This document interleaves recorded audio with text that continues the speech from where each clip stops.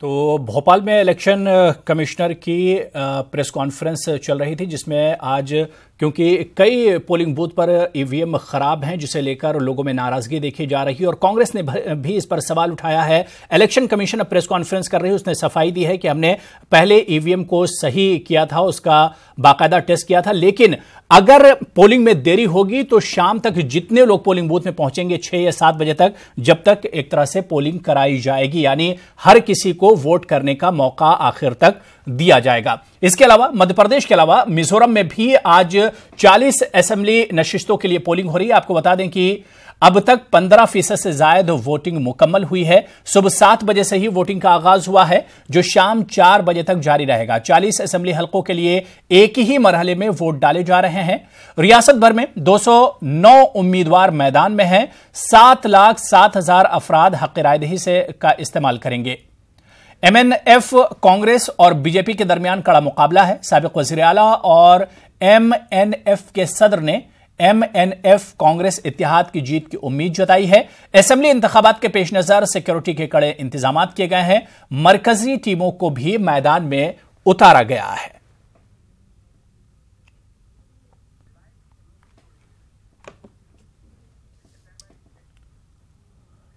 और मिजोरम में 40 सीटों पर पोलिंग हो रही है और यहां पर और अपडेट्स लेने के लिए सीधे हम मिजोरम का रुख करेंगे। हमारी रिपोर्टर लाकुनी हमारे साथ, मुनकनी हमारे साथ जुड़ी हुई हैं। मुनकनी, अब तक क्या कुछ अपडेट है?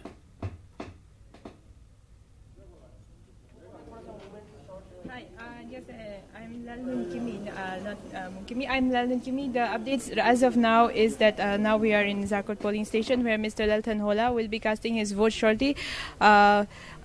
Voting started from 7 a.m. and it will be going on till 4 p.m.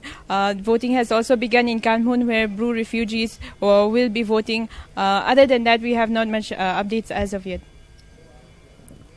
Bilkul. Munkni, how many candidates are contesting today's election, and big fighting between Congress, BJP and yes. MNF. Yes. This election there will be 209 candidates from the 40 seats, and while it has been a direct fight between MNF and Congress in the past terms, this time BJP has also come in, and there is also a new party, Zoram People's Movement, which is a coalition of 6 parties. There is a big hope for ZPM, Zoram People's Movement, to gain some ground in this upcoming election. There is only for BJP, there is hope of winning around 2 to 3 seats in areas where there are minorities such as Brus, in constituencies such as Hatsek and Tuipui. Even the BJP people are focusing on those areas where there are minorities. The BJP has also said that they are open to forming a post-poll alliance if there is a hung assembly. Bilkul. Munkani, the main factors of this election, main factors. Yes. The main factor of this election is one thing could be alcohol, sale of alcohol. While Congress has lifted the Alcohol Prohibition Act and the church and many of the people are against it, people are against alcohol sales, MNF has said if they come to power, they will again impose alcohol prohibition, which many people support. And since church has a very big rule here in Mizoram, the church rule is followed by all, and the church opposes alcohol sales. So this could be a negative factor for Congress. Yeah, Munkani, I think the last chance for Congress in Northeast, it's the most important election for Congress in Northeast. Yes. Yes, yes. See, it is the most, yes, it is the last chance for Congress here, but among the people, there is a very low chance for Congress to win this time because people say they are tired of the Congress party. We have seen many allegations against them. There has been no improvement in regards to infrastructure, and roads are very bad. So the people have lost hope in regards to development from Congress. So they are looking for change. They want to see a new party come up. Yeah, then Munkani, if we talk about BJP's chances, BJP's hope, what about BJP's chances in Mizoram this election? See, BJP. Yeah. In the last election in 2013, BJP tried for 17 seats, but they did not get any seats at all. But this time, they say that Mizoram will not be able to form a government without BJP being involved. But among the people, BJP does not have favorism among the people because people see BJP as an anti-Christian party. That is how most of the public believe that BJP is an anti-Christian party, and that is what is shared in social media. And people warn each other against BJP party. So BJP does not have very good chances of gaining ground here in Mizoram because of religious issues.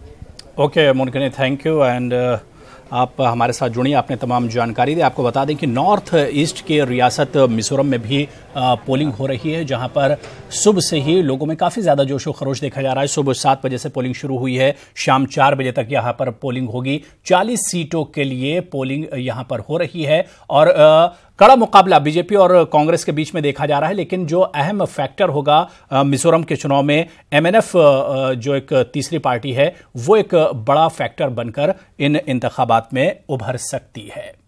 तो मध्य प्रदेश में भी आज सबकी नजरें टिकी हुई हैं कि किस तरह से लोग आज किस पार्टी को मौका देंगे और लोगों का जो मूड है वो आखिर क्या कुछ है।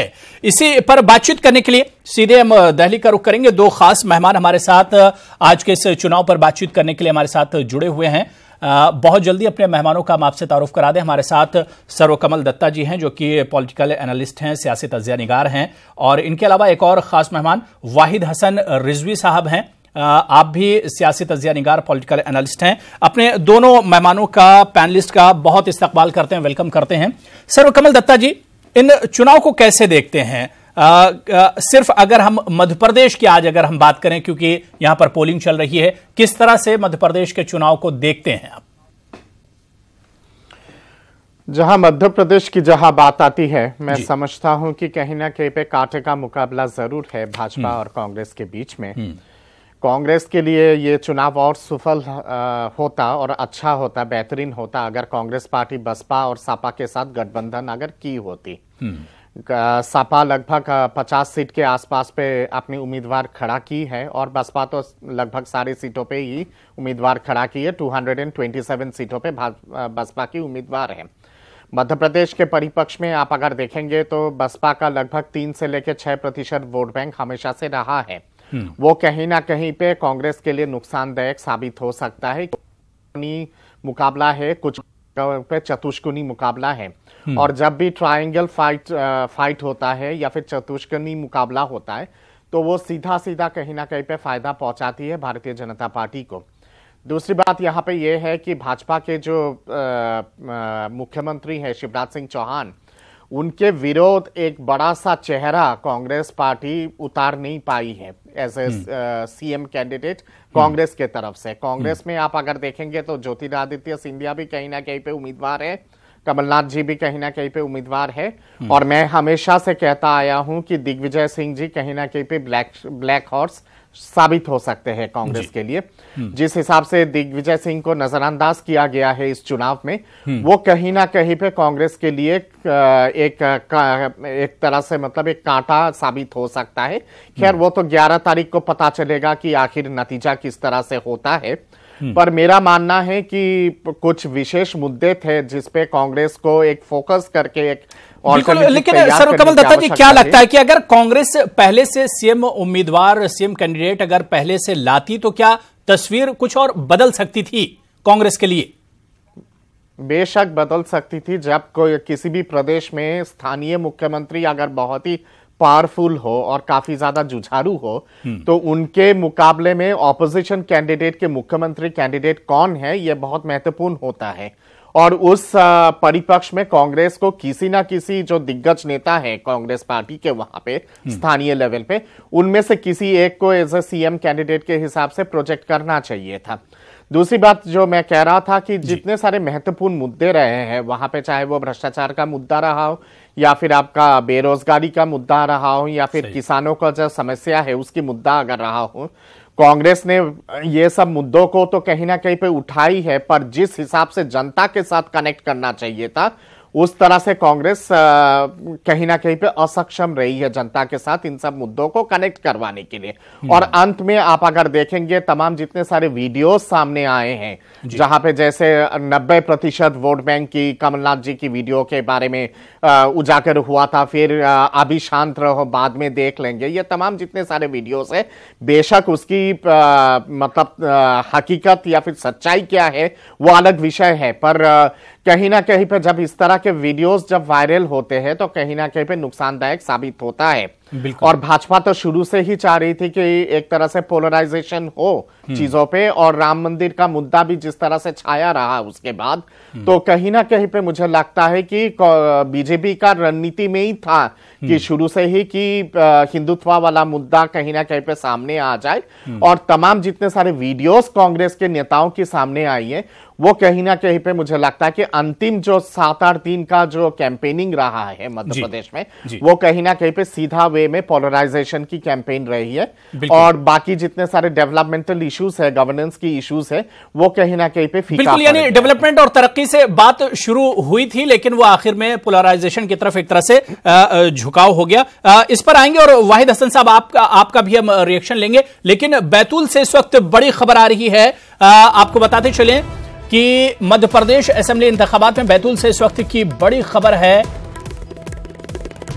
जहां मुल्ताई असेंबली हलके में ईवीएम खराब हुई है। जी हां, कई पोलिंग बूथों पर ईवीएम खराब हैं, ईवीएम काम नहीं कर रही हैं। मशीन खराब होने की वजह से पोलिंग बूथ पर लंबी लंबी कतारें लगी हुई हैं। इलेक्शन अमला ईवीएम ठीक करने की पूरी कोशिश कर रहा है। तो बैतूल के मुल्ताई से बड़ी खबर है, जहां पर ईवीएम खराब होने की खबर आ रही है और जिसकी वजह से वोटरों को परेशानी का सामना करना पड़ रहा है। बैतूल के मुल्ताई असेंबली हलके में ईवीएम खराब हुई है। कई पोलिंग बूथ्स पर ईवीएम से खराब हैं, जिसके चलते वोटरों को परेशानी का सामना करना पड़ रहा है। पोलिंग बूथ पर लंबी कतार वोटर्स की लगी हुई है। वोटर्स इंतजार कर रहे हैं कि जैसे ही ईवीएम सही हो वो अपने हक रायदही का इस्तेमाल करें। लेकिन मध्य प्रदेश में जब से आज सुबह से पोलिंग हो रही, चाहे भोपाल की बात कर लें या अब बैतूल से खबर आ रही है, कई जगहों पर ईवीएम खराब होने की खबरें आई हैं, जिसे लेकर ताबड़तोड़ इलेक्शन कमीशन ने अपनी प्रेस कॉन्फ्रेंस भी की है और उन्होंने कहा है कि जल्द से जल्द इस मामले का हल निकालने की कोशिश की जा रही है।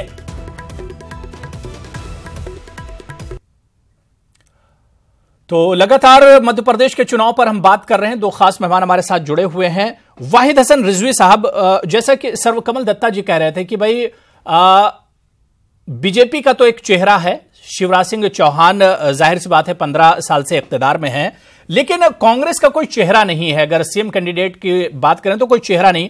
आपको क्या लगता है कि क्या वाकई में ये एक बड़ा फैक्टर होगा? नहीं, मेरे अपने ख्याल से ये कोई फैक्टर होता नहीं है। आप पॉलिटिकल इलेक्शन की हिस्ट्री देखिए इंडिया में, या इवन स्टेट लेवल पे या नेशनल लेवल पे। हाँ, थोड़ा इधर नरेंद्र मोदी की गवर्नमेंट आने के बाद या इंदिरा गांधी के टाइम में जो पार्लियामेंट्री फॉर्म एक मिनट सुन लेते हैं, सिंधिया को सुन लेते हैं। पूर्ण रूप से एक तरफ किसान के छाती पे गोली, उनके फसलों को दाम नहीं, किसान प्रताड़ित है, महिला की असुरक्षा का वातावरण, नौजवान की बेरोजगारी का वातावरण, स्वास्थ्य और शिक्षा की कोई सुविधाएं नहीं। इस पूर्ण व्यवस्था को बदलने का निश्चय और निर्णय मध्य प्रदेश की 7.5 करोड़ जनता और 5 करोड़ मतदाता ने ले लिया। मशीन के बारे में कई विधानसभाओं से कंप्लेंट आई है, मशीनें चल नहीं रही हैं, ठीक से उनका जो ऑपरेशन है नहीं हो रहा है। हमने एक विधानसभा का कंप्लेंट चुनाव आयोग के साथ किया है, दोनों मध्य प्रदेश में और दिल्ली में भी। मैंने स्वयं चुनाव आयोग chief electoral officer Kanta Rao ji को और दिल्ली में सुनील अरोड़ा जी को प्रस्ताव भेजा है कि जल्द से जल्द ये मशीन बदलनी चाहिए, और जो समय निकल चुका है मतदान का, क्योंकि ये मशीन नहीं चल रही थी, उतना समय मतदान को एक्सटेंड किया जाना चाहिए शाम को।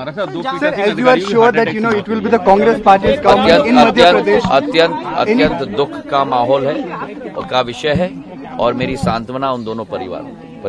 Thank you. तो कांग्रेस का बड़ा चेहरा ज्योतिरादित्य सिंधिया इस वक्त बात कर रहे थे मीडिया से। उन्होंने कहा कि किसान, महिला सुरक्षा और बेरोजगारी के बड़े मसले हैं जिसे लेकर कांग्रेस इंतखाबात में उतरी है, और ईवीएम के खराब होने पर भी उन्होंने सवाल उठाया। उन्होंने कहा कि इलेक्शन कमीशन से इस इशू को लेकर बातचीत की गई और जितना वक्त ईवीएम के खराब होने में लगा है उतना वक्त वोटर्स को बाद में वोट करने के लिए मिलना चाहिए। तो लगातार इंतखाबात की हम बात कर रहे हैं और खासतौर से मध्य प्रदेश पर हमारा फोकस है कि आखिर क्या कुछ तस्वीर रहने वाली है और कौन कौन से बड़े इश्यूज ऐसे हैं जिन पर बात की जा सकती है। और एक और खास मेहमान इस बीच हमारे साथ सुरेंद्र दुबे जी, जो कि सीनियर जर्नलिस्ट हैं, हमारे साथ लखनऊ से जुड़ गए हैं। सुरेंद्र दुबे जी, आपका भी बहुत वेलकम, इस्तकबाल करते हैं न्यूज 18 उर्दू में। और पहले से दो खास मेहमान सर्वकमल दत्ता जी और वाहिद हसन रिजवी साहब, जो कि पॉलिटिकल एनालिस्ट हैं, वो भी हमारे साथ जुड़े हुए हैं। वाहिद हसन साहब, आपकी बात बीच में कट गई थी। इशू यही था कि भाई जो चेहरा पहले से जो चेहरा रहा है और उसके बीच में कांग्रेस का कोई चेहरा नहीं है, सीएम कैंडिडेट का चेहरा नहीं है, ऐसे में कितना बड़ा ये फैक्टर होता है अगर कांग्रेस ने अपना चेहरा पहले से कोई तय नहीं किया है, सीएम उम्मीदवार? देखिए, मैं वही कह रहा था कि ऐसा कोई ज़रूरी नहीं है कि चेहरा अगर आपका पहले से नहीं है और आपके ओपोनेंट का चेहरा है तो कोई असर पड़ता है।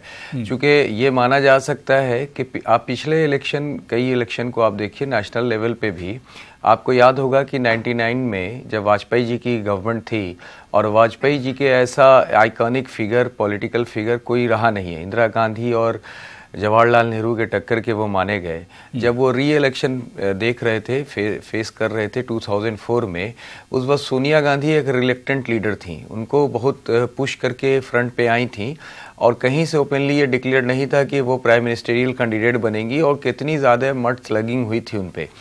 उसके बावजूद अगर वोटर ने यह चाहा कि एक ऐसा लीडर, एक ऐसी पार्टी जो इतनी थम्पिंग मेजॉरिटी रखती थी, एक ऐसा लीडर की जो ऑलमोस्ट हर अपने कोऑर्डिनेट्स को कबूल था, उसके बावजूद उनको हराया गया। हम इसमें एक चीज़ देखते हैं कि जब वोटर्स अपना माइंड मेकअप कर लेते हैं और ख़ास तौर पे 10-15 साल एक गवर्नमेंट को देख लेते हैं, तो उनको लिए ये मैटर नहीं करता कि वो किसको पसंद करते हैं, उनको ये मैटर करता है कि किससे वो ज़्यादा नफरत करते हैं, किसको ज़्यादा वो रिजेक्ट करना चाहते हैं।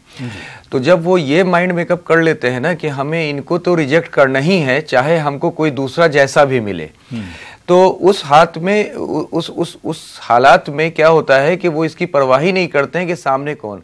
आज भी हम नेशनल लेवल पे जब डिफरेंट टीवी चैनल पे ये बात होती है कि अपोजिशन पार्टी या महागठबंधन का लीडर कौन होगा, तो ये लोग एनालाइज करने वाले या पॉलिटिकल ओपोनेंट दूसरे अभी की प्रेजेंट बीजेपी के ओपोनेंट पार्टी, बीजेपी के लोग इस बात को भूल जाते हैं कि जब वोटर ये माइंड मेकअप कर लेता है कि हमको इनको तो कबूल नहीं करना है, चाहे आगे जो हो।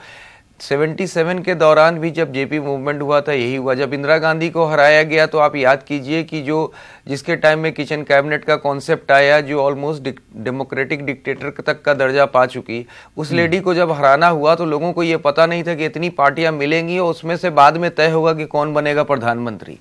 या स्टेट लेवल पे भी यही होता है। कई ऐसी मिसालें हैं, कई ऐसी मिसालें हैं, कई मिसालें हैं कि कई ऐसी मिसालें हैं, और हमें ऐसा स्ट्रांगली लगता है कि ये डिपेंड करता है कि कितना डीप रूटेड डिसइंचैनमेंट हुआ है, नाराजगी हुई है, कितना ज्यादा। उसके बाद वो नाराजगी की इंतहा अगर ज्यादा होगी तो वो इसकी परवाह ही नहीं करेंगे कि हमको सामने वाला कैसा मिलने वाला है। बिल्कुल। लेकिन शायद सर्वकमल दत्ता जी शायद आपसे सहमत नहीं, मुत्तफिक नहीं। जी सर्वकमल दत्ता जी, जल्दी से जवाब दीजिए, फिर हम दुबे साहब के पास जाएंगे। जी, मैं समझता हूं कि ये सारे फैक्टर्स जो हैं ये इतिहास में कहीं ना कहीं पे बार बार साबित हुआ है, पर हमें ये नहीं भूलना चाहिए कि 1999 की इलेक्शन और 2018 के इलेक्शन में जमीन आसमान का फर्क है। 2014 के इलेक्शन के बाद पूरे भारत की जो पॉलिटिकल डिस्कोर्स है वो कहीं ना कहीं पे बदल चुका है और बहुत ज्यादा उस पे तब्दीली आई है। लगातार उसके बाद तमाम जितने सारे प्रदेशों की इलेक्शंस हुई है, हर प्रदेश इलेक्शन में कहीं ना कहीं पे कांग्रेस एज एन ऑल्टरनेटिव के हिसाब से जनता ने रिजेक्ट की है। चाहे वो आप उत्तराखंड देखिए, चाहे वो हिमाचल देखिए, यूपी देखिए, किसी भी प्रदेश का नाम ले लीजिएगा। कर्नाटका में भी आप अगर देखेंगे नतीजा को उठा के, तो वो कांग्रेस की विजय नहीं थी, कांग्रेस की हार थी। वो बेशक पोस्ट पोल अलायंस में जो सब चीजें हुआ है वो अलग विषय है। यहां पे महत्वपूर्ण बात यहां पे ये आती है कि अगर पूरा कैंपेनिंग के दौरान आप अगर देखेंगे शिवराज सिंह चौहान की जो बॉडी लैंग्वेज रही है, कहीं पर भी ये नजर नहीं आया है कि वो बैकफुट पे है या फिर एंटी इनकम्बेंसी उन पे हावी हो रहा है। जिस तरह से धुआंधार कैंपेनिंग उन्होंने किया है, वो कहीं ना कहीं पे दर्शाता है कि किस लेवल का कॉन्फिडेंस था सीएम के ऊपर और सीएम के अंदर। और मैं तो कहूंगा कि कांग्रेस पार्टी ने जिस हिसाब से अंत में जिस तरह के वीडियोस को लीक किया गया, जिस हिसाब से मजहब के आधार पे अपीलें जारी की गई है, वो कहीं ना कहीं पे दर्शाती है कि अंत में कांग्रेस पार्टी की जो लीडरशिप है, चाहे वो राष्ट्रीय लेवल की लीडरशिप हो या फिर स्थानीय लेवल की लीडरशिप हो, वो कहीं ना कहीं पे शिवराज सिंह चौहान को मुकाबला करने में विफल रही है। बिल्कुल, यानी आखिर में एक तरह से कांग्रेस लड़खड़ाई है, आपके कहने का मतलब यह है। और जहां तक चेहरे की बात करें तो सर्वकमल दत्ता जी, जिस तरह से वाहिद हसन साहब कह रहे थे, भाई यूपी में भी तो इससे पहले जो आप असेंबली के चुनाव देख लिए, कोई चेहरा बीजेपी का भी नहीं था। कोई पहले ये नहीं कह सकता था कि भाई योगी आदित्यनाथ यूपी के सीएम बनेंगे। एंटी इनकम्बेंसी बहुत ज्यादा हावी था, एंटी इनकम्बेंसी बहुत खतरनाक रूप से हावी था। और समाजवादी पार्टी के अंदर परिवारवाद का जो लड़ाई है, जिस हिसाब से सामने आ गया था चुनाव से पहले, और जिस तरह से 3-4 धड़े में बढ़ गए थे समाजवादी पार्टी, वो कहीं ना कहीं पे अखिलेश को डुबाने का एक बहुत बड़ा कारण रहा है। और राहुल गांधी और अखिलेश का जो गठजोड़ रहा है, वो कहीं ना कहीं पे जनता को वहां पे एक तरह से एक्सेप्ट नहीं हुआ था वो चीज। और मैंने उसी के चलते इस तरह की नतीजा का आंसर दिया है। मैंने आपके स्पेसिफिक क्वेश्चन का आंसर दिया है। आपने क्वेश्चन बहुत स्पेसिफिक कहा कि अगर क्या लीडरशिप को एस्टैब्लिश नहीं किया जाता है, अनाउंस नहीं किया जाता। तो लगातार हम फोकस किए हुए हैं मध्य प्रदेश और मिजोरम के आज के इंतखाबात पर, आज की पोलिंग पर, और मध्य प्रदेश पर सबकी निगाहें टिकी हुई हैं। चर्चा यहीं से शुरू हुई थी कि कांग्रेस के पास कोई सीएम कैंडिडेट का चेहरा नहीं है, या कांग्रेस कोई इस तरह का कैंडिडेट नहीं लेकर आई है, कोई चेहरा उसने नहीं बनाया है सीएम का। जबकि शिवराज सिंह चौहान एक पुराना चेहरा है, बड़ा चेहरा है बीजेपी की जानिब से। इस पर और अगर हम आगे बढ़ते हैं, सुरेंद्र दुबे जी, आपका तजुर्बा क्या कुछ कहता है? क्योंकि एक तरफ शिवराज सिंह चौहान जी हैं जो कि 15 साल से हैं, एक बड़ा चेहरा है बीजेपी की तरफ से। कांग्रेस ने कोई सीएम उम्मीदवार का चेहरा नहीं उतारा है मैदान में। इस फैक्टर को आप कैसे देखते हैं दुबे जी? देखिए, जब हम इस पूरे उसको एनालिसिस करेंगे तो एक पहले बात ये देखेंगे कि 15 साल से बीजेपी की सरकार वहां है, तो जाहिर वहां इनकम्बेंसी होना स्वाभाविक है। कितनी है ये तो काउंटिंग के दिन समझ में आएगा। रही बात चेहरे की, तो इसके तमाम उदाहरण के बगैर चेहरे के भी लोग जीतते रहे हैं, और इसके भी उदाहरण के चेहरा न होने की वजह से लोग हारे हैं।